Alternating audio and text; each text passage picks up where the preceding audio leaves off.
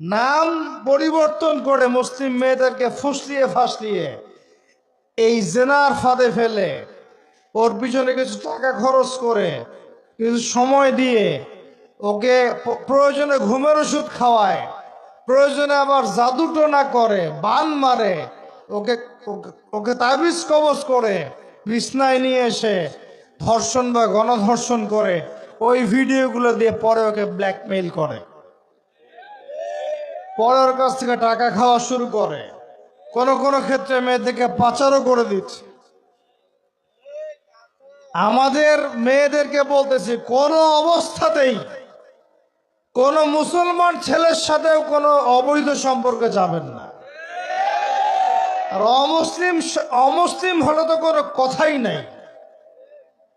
অমুসলিমের সাথে আপনার কিসের প্রেমের সম্পর্ক? একটা চট দিয়ে দাঁত ফেলা দেওয়া দরকার মেয়েরা। অমুসলিম ছেলের সাথে তোমার কিসের